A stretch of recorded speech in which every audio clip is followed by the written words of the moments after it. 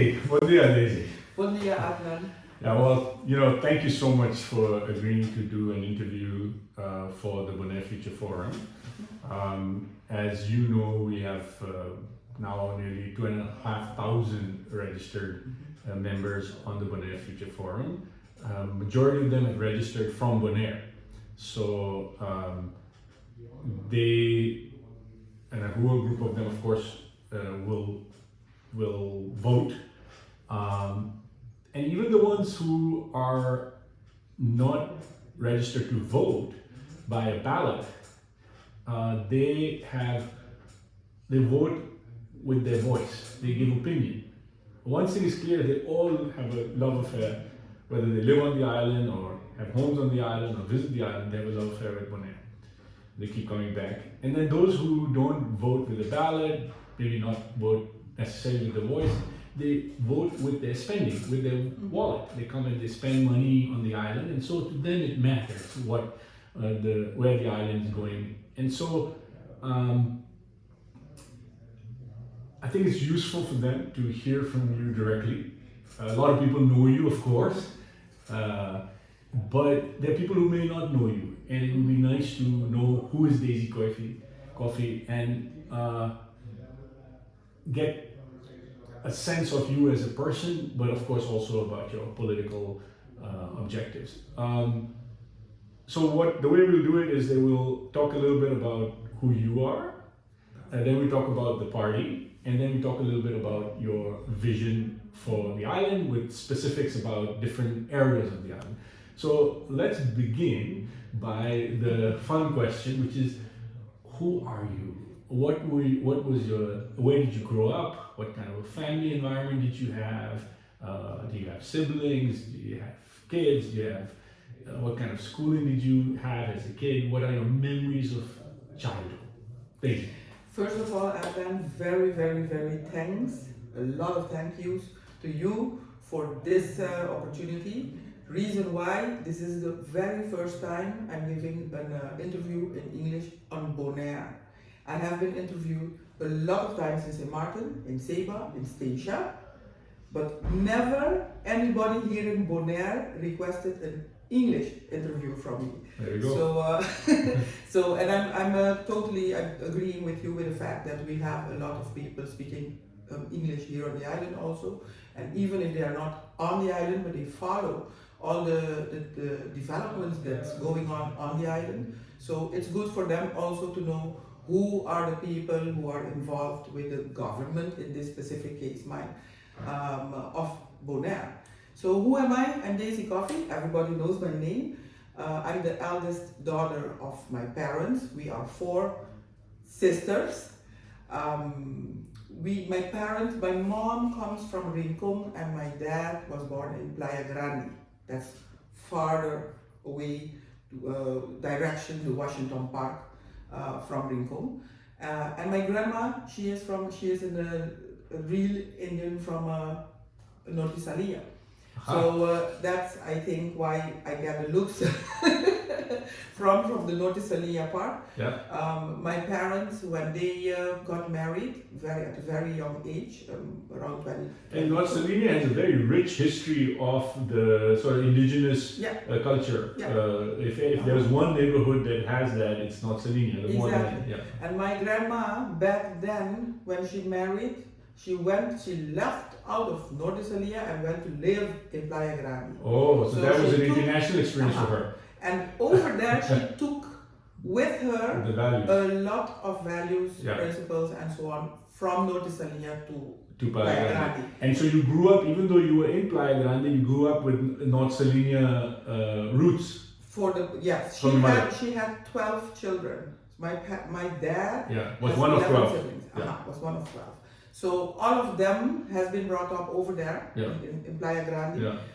By the time that they reached the age to go to school, then they were being sent to Playa, here in the same neighborhood here in Playa Cubao, where they were staying by families. Amazing. So they could go to school, and then at the end of the weeks, so the weekends, really? vacation, they go back home. Home to Yeah. Playa They go Grande. back home to Playa Grande and come back. So they spend a week essentially away from Yeah. home just for the sake of the schooling. Exactly. So that was a commitment that your great grandparents had to make sure that they were amazing. Yeah? Uh-huh.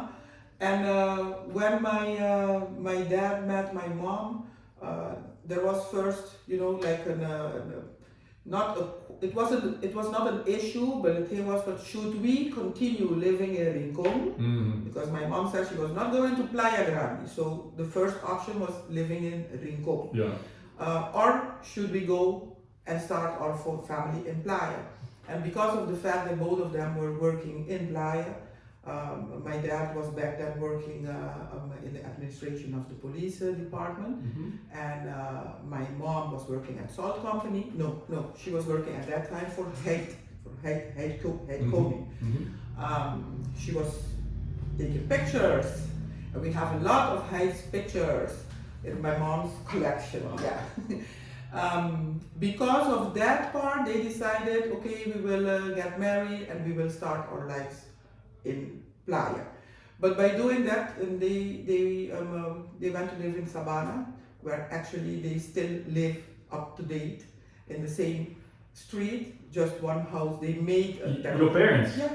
And your parents, God bless, are still alive? Both of Both them. of them are. My mom just turned 80 and my dad is turning 80 coming October. Oh, congratulations. Yeah, and they are good, In good health. driving around, Really? doing everything by themselves, Wow. for themselves, and for everybody else. So Wow. also they always remain parents. Yeah. Mommy and papi. Yeah. So I That's think a beautiful that- part. Yeah. Yeah. So For all the for all of community. us. Yeah. For you and- guys. but for the community For the also, community. but for us, For us also. even though You're I'm- independent and Exactly, but it's still, if you do something that's not really okay to their liking, you get the call that I saw, I noticed, I read, I see, blah blah blah, and blah blah. You don't get away with it just like that. Even to this age, yeah. Exactly, yeah. So I was born here in Savannah. yeah. But because of the fact that the families of both sides were living in Rincon and Playa Grande, it's every weekend we were going to Rincon, staying over either by my grandparents in Rincon or my grandparents in Playa Grande. So my childhood and later on with my sisters also, we have been brought up actually in Rincon. Because every weekend, you're living here, but every weekend. Every weekend we're over there, and Yeah. the family matters Yeah. is taking place in Rincon. Yeah. Everything, Yeah. getting togethers Yeah. or get-togethers, parties, birthdays, Yeah. celebrations, All in everything Rincon. happens there. And I think that's also because it was easier for us also to go to Rincon because we were few. Yeah. Instead of everybody from there Coming to come down over to Playa. Savannah. Yeah. Playa, yeah. So I'm a Protestant, Mhm. but I went to the Catholic school, San Bernardo, and I still remember from my childhood the three of us, me and my sisters. And Where are you and the sisters? You're four sisters, you said? Yeah, I'm the eldest. You're the eldest. Oh, I'm so the you're more eldest responsible. daughter, yeah. Yeah. And then we are 3 years apart from each other, with the exception of the last one. Who is the difference is like 12 years Yeah, the yeah. youngest one. So she's like a little, really a little sister to all Yeah. three of you. She was like a Baby. baby, Exactly. especially to me, Yeah, because 'cause when you she could- was born, yeah. I just left Bonaire for studying abroad. So I literally saw her when I was here with vacation when she Yeah. was small. Yeah. And then you have a different, you have Relationship. that Absolutely. small baby Yeah, there, yeah. so you have a different relationship than what I had with my other two sisters. Yeah. But we went to the San Bernardo school, and I still can remember that every new school year, when we have to go to school, we were put apart, and together with my mom, who would walk us to school, and then being told that don't forget, you are Protestant, this is a Catholic school. Who would say that? So Who would say that? the school, the head of the school. Really? And we used to have back then, I'm 65, no, 56 now, not 65, Yeah. 56 now. So that's 50 years ago. You still remember this? Yeah, I know because I can remember everything. Adnan, I have it's like. Forever. Yeah. And my childhood was very good, so it's worth remembering also. Mm. But we were literally told that we should not forget that we had to participate in all the Catholic ceremonies. Yeah. Saying that, meaning that I participated with the First Communion practices, Yeah. going to the church in Playa here and singing up from there while being a Protestant child. For the day itself of the First Communion of the huge group, back then this was happening when we were in let me see, grade 4. So much smaller than now. We had to be there. There was no way that you could tell the pastor that no, you had to go to your own church. No, that Sunday we had to be there because we are completely in the whole entourage there by singing and up to date. I still remember the songs of back then that we used to sing for that First Communion happening event. And the same thing happens when you had I don't remember all the names of those ceremonies, but in group 8, that's grade 6. No, then that communion was then in grade 2. Grade 6 back then. Then you had another ceremony where the Bishop of Curacao used to come over to. Once a month or every Sunday? No, once a year. Once a year. Once a year. By us, it's in the mornings.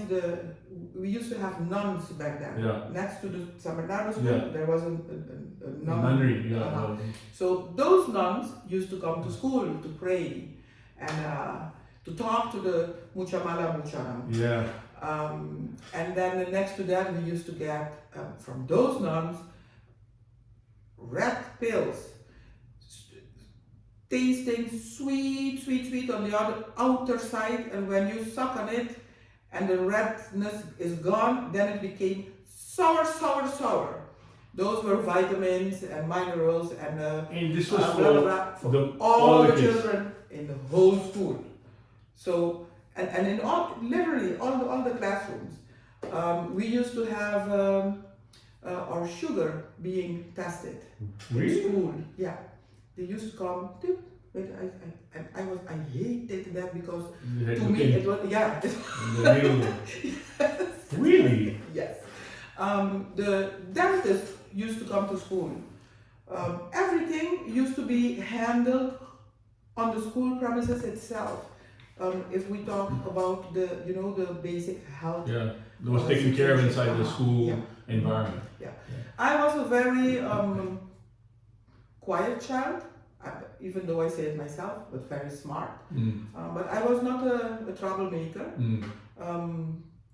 Actually, I always was in the group that got the A's, the 10s and the 9s. So my mom didn't really have, my parents never had a problem with me in school. From what time did your school start and till what time did you go? School was from 7:30 till 1 o'clock. Same as now, more or less. Yes. Yeah, and in the morning, what time did you wake up? We used to wake up at 6:30 because we live close by. We live in Calle Sabana, next to 2 houses after the church here in town. Yeah. So we were close by there. Yeah. So my parents. Did you wake up yourself? Did your parents wake you back? What alarms? In the beginning, we used to have a wecker alarms, but back then we didn't have those alarms. No, not today. That thing that used to. Exactly. But there comes a moment that you just woke up. It gets into your system that okay, it's time to wake up. We wake up. My dad used to handle the breakfast every morning. So we wake up, we get dressed. My mom cut the hairs and so on, and then we sit at a table together with my parents, and then we have our breakfast. And then after my mom walks us to school. When we got a little bit older, then we used to go by ourselves. Because it wasn't that far. No, it wasn't that far. The only thing was in the mornings, where we have now the roundabout in the middle, we used to have a small park. Yeah.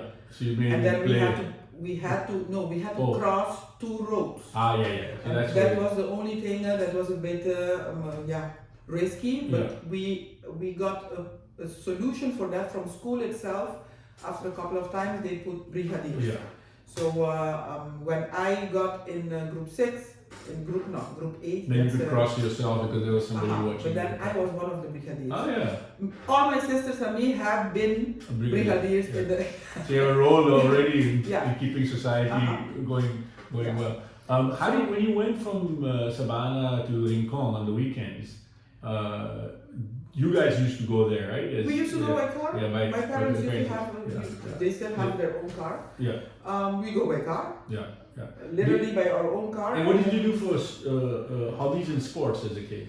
My mom had us in all types of sports, activities and everything, and she stopped when I was small. I think till I was like a year and a half, she kept working.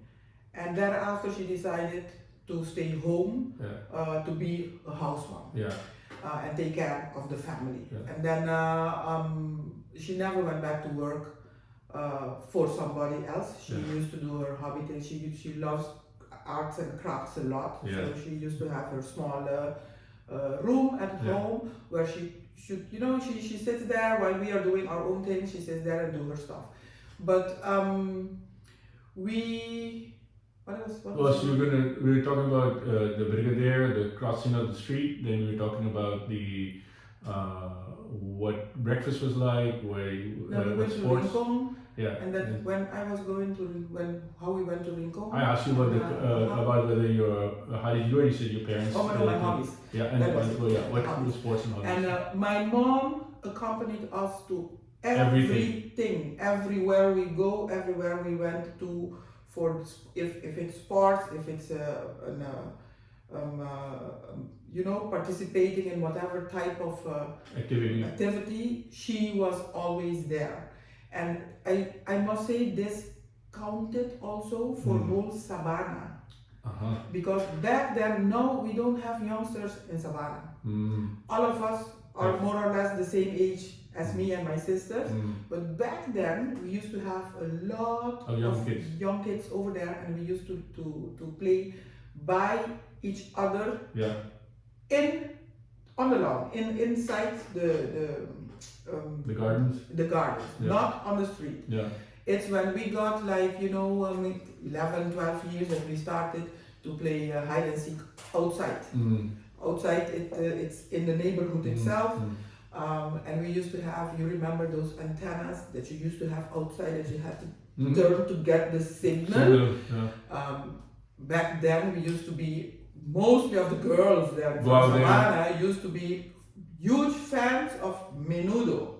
And there was only at one house in Savannah they got the connection. That they got the signal to see that particular, so everybody goes over there. And then the guys have to be outside. Yeah, turn a little bit more. Absolutely. Hold on. Okay. Yeah, exactly. Don't move. And the girls sitting inside to see, to watch. Exactly. But we used to be a neighbor, Sabana used to be a very, very nice neighborhood to live in. Quiet, very, very tranquil. We used to have back then a lot of rain like what we got here last year. And then when it's raining like that, Sabana used to be like this underwater. And we used to make floating vlogs actually. Everybody on its own, his or her own vlog goes on it and pick up everybody, and we used to literally paddle, more or less where now is the roundabout of Sabana, not the one of the church, the other one. Over there, going downwards direction the pier, and then where now the road goes to the airport there, in front of the stadium, we over there, but this was all just Blank. blank. Yeah. And then when it rains, it becomes like the sea. Lake, yeah. Lake, a huge lake. Yeah. And where the finance department used to be. Wow. So we go on the back side because there they used to have a soft fabric. Oh. Limonade. Yeah. Of Coffie. And that's you took your break. So we go over there. And on your little boat. Yeah, and then we call Coffie. We want limonada, you know, and Coffie comes outside and gives us our soft drinks, and then we paddle and go back. But nowadays you can't even think about doing that. First of all, there is no place, and people are not like they used to be back then neither. We used to have a lot. Go ahead, yeah. We used to have a lot also of small tokos around Savannah. Yeah. So by this one you get little ice made of Kool-Aid back then. Small ice cubes, but it's made of Kool-Aid. And the ladies used to give it to us in brown paper. So you get 2 or 3 of those blocks. And you go sucking on that. That's your ice. But did you buy this, or did you just give it as the kids of the neighborhood? Yeah, exactly. Yeah, but this sounds like the most happiest childhood. Definitely, that's what I'm telling you. I can remember everything because we really had a freedom, joy, perfect. Childhood. I mean, anybody anywhere would want a childhood full of friendship and joy and parents and activities and exactly. And you know, it was everybody care for everybody. Everybody. Absolutely. If my mom had to go to the doctor, the neighbor would keep for an sure. eye For on sure. us. For sure. You know, and it wasn't even a question. Exactly. Because everybody knows. Exactly. When we used to have a family coming over on vacation, because we have a lot of family living on the other islands, they don't want to go home. When they get to go married, they don't want to go home. Exactly. And that means that every vacation we had a lot of new children in between the Savannah children. We call ourselves the Savannah, Muchi Savannah. But by saying this, when I left San Bernardo, I went to Havo. And at SKB, that's close by also. When I started there, I went to first Havo, and they just started Havo the year before. So I was in Havo 8. And it was in Pavimento or in Dutch? The schooling was all Pavimento? Completely Dutch. Oh, completely Dutch? Completely Dutch. Everything was Dutch. We didn't even get Pavimento in school. Did you get scolded if you spoke Pavimento? Or you could speak? In school, they used to tell us for our own sake to practice it and to get easier to know practice it, Dutch. learn it, to learn to talk it in school. To talk what? The Dutch. So basically, it was not mandatory, but they will encouraging you for you to master it easier and faster. Practice with each other by speaking Dutch, but on the school premises when we were playing outside, Pavimento, we are playing there volleyball, tennis, football. You don't even think in the Dutch when you are playing the games on the school premises. So, but I think, if I can say this part here, our school teachers back then were totally different than what we have now. Our school teachers, they kind of had like a goal, and that goal was, I want everybody in this classroom to succeed and to go to the next room. They school teachers used to call you inside if you didn't understand something during the class. You stay inside during the recess or in the afternoon hours. They were willing to give you extra classes in school. But they were really invested in the children. Exactly. And out of themselves, no? It was not mandatory. No, they cared. They cared. And the connection with the parents was closer also. You know, the parents kind of trusted that in the teachers will continue with the job that they were doing at home. Nowadays you have a different Relationship. situation. Yeah. Yes. Did the teachers stay for a longer period, or would they go? What was? We used to have teachers here, a lot of local teachers who just were locals or Yeah. from Curacao or from Aruba, but Yeah. I call them also locals Sure. because Yeah. from the diaspora. Yeah. Uh-huh. And we used to have teachers from Holland, and mostly of the time those teachers are here for 3 to 5 years. So you had a Some long of them, some of them really stayed stay. here, Yeah. got their children here. Yeah. I still remember last two weeks ago, I was talking to my sister and I told her, you know, it just flashed through my mind. You remember This teacher. yeah, I told her, Teacher Bram, and she was like, who was Teacher Bram again? I said, the one who got married here and they got 2 children and they named them Bubu Ichichi.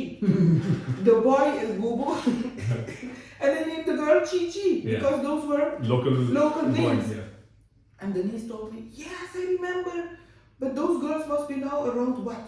I said, no, okay, back then we were like around 10 years old, so those girls must be now around, the girl and the boy must be now around 40, 45. No idea where they are. No, we haven't ever, and I told Denise,